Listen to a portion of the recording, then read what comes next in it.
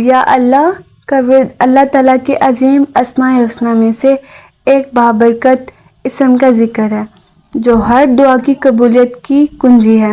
محرم الحرام کا مہینہ اسلامی سال کا پہلا مہینہ ہے اور یہ مہینہ بالخصوص روحانی لحاظ سے بہت اہمیت رکھتا ہے۔ محرم کا آخری جمعہ ایک بابرکت دن مانا جاتا ہے جس میں اللہ تعالیٰ کی خاص رحمتیں نازل ہوتی ہیں۔ اس دن 111 مرتبہ یا اللہ پڑھنا رزق میں برکت، کشادگی اور بے نیازی کا ذریعہ سمجھا جاتا ہے۔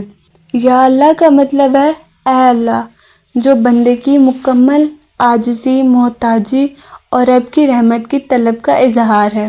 جب انسان اخلاص کے ساتھ اس اسم مبارک کو دہراتا ہے تو اس کے دل میں اللہ کی عظمت اور محبت پیدا ہوتی ہے، جو نہ صرف روحانی سکون لاتی ہے بلکہ دنیاوی مسائل جیسے رزق کی تنگی سے بھی نجات کا سبب بنتی ہے۔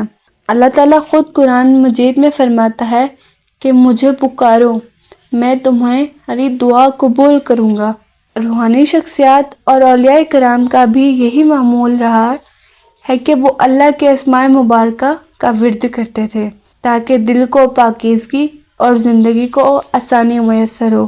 خاص طور پر جب یہ ورد کسی بابرکت وقت جیسے کہ جمعہ اور وہ بھی محرم کے مہینے میں کیا جائے تو اس کی تاثیر کئی گنا بڑھ جاتی ہے۔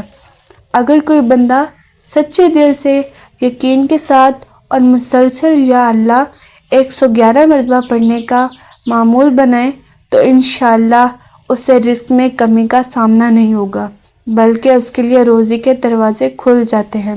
یہ عمل نہ صرف رزق کے لیے مفید ہے بلکہ قرب الہی اور روحانی بلندی کے لیے بھی اہم ذریعہ ہے۔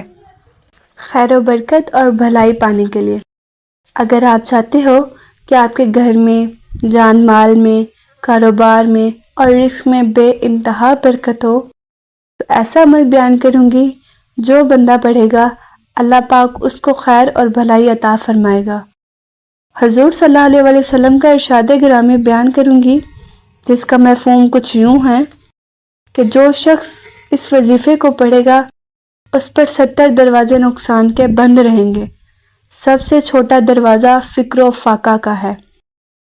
اس وظیفے کو پڑھنے کا طریقہ یہ ہے کہ نماز فجر کی سنتوں اور فرضوں کے درمیان ایک تسبیح 100 بار سبحان اللہ و بحمدہ پڑھیں۔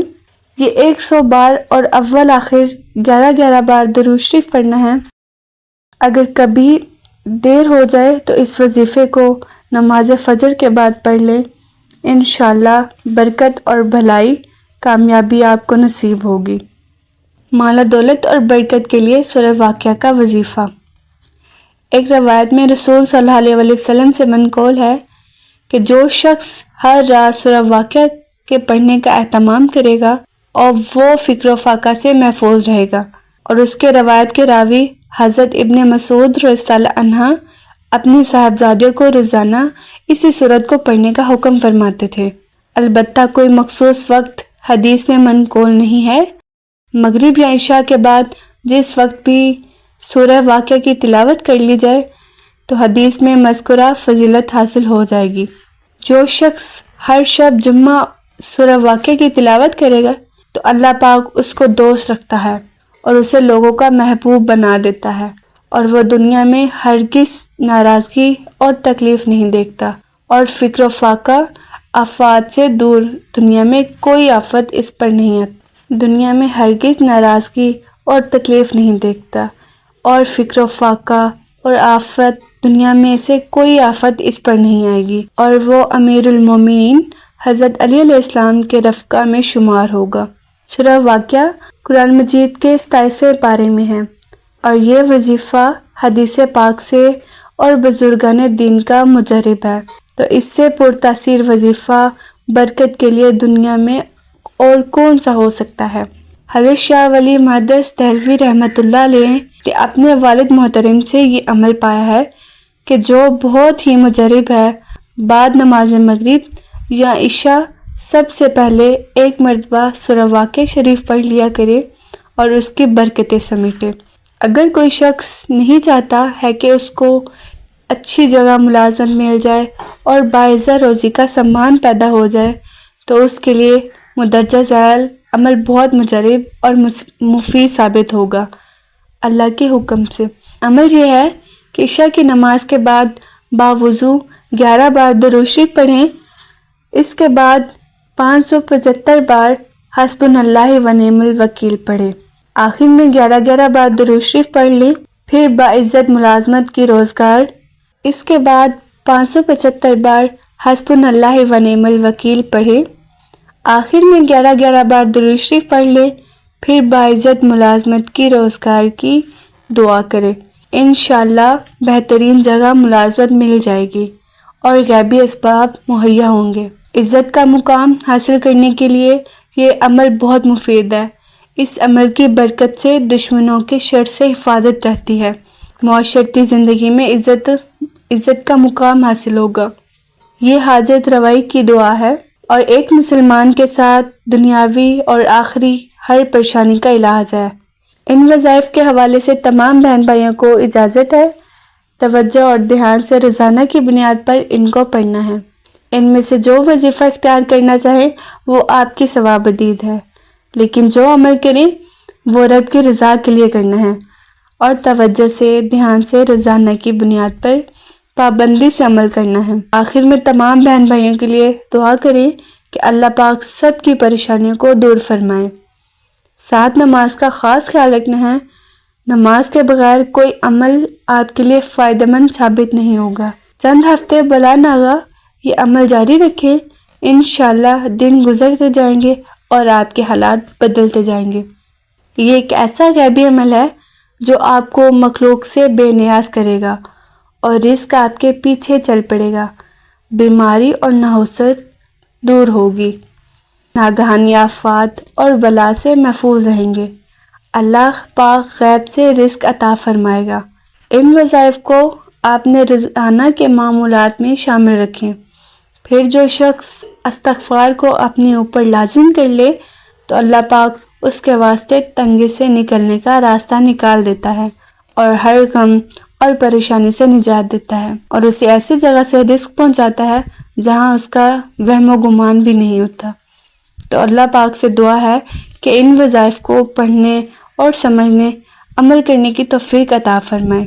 میرا سننا اور سب کا سننا اپنی بارگاہ میں قبول فرمائے اور التجا ہے کہ تمام بہن بھائیوں کو اپنی دعا میں لازمی یاد رکھیں۔ نماز فجر کے بعد پہلے کلمے کو 33 بار پڑھنے سے جسم سے ہر بیماری بھاگ جاتی ہے۔